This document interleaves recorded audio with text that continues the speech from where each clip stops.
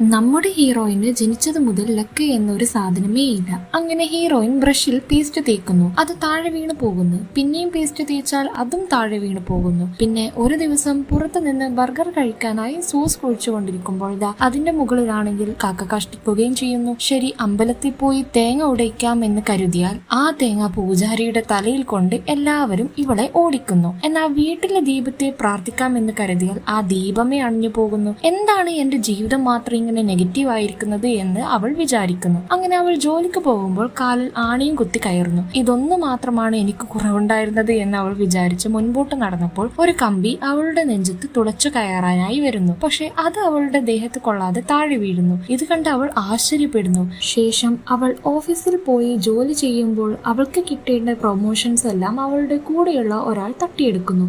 അവൾ പറയുന്നു, ഇങ്ങനെ ചെയ്യുന്നവർ പെട്ടെന്ന് മരിക്കുന്നതാണ് നല്ലത് എന്ന്. അപ്പോൾ ആ സ്ത്രീ ഹീറോയിനെ നോക്കിക്കൊണ്ട് നടന്നുപോയി കണ്ണാടിയിൽ തല അടിച്ച് താഴത്തേക്ക് ചാടുന്നു. അതിനുശേഷം നമ്മുടെ ഹീറോയിൻ ഇത് അവൾക്ക് ലഭിച്ച ഒരു വരമായി തന്നെ അവൾ കാണുന്നുണ്ട്.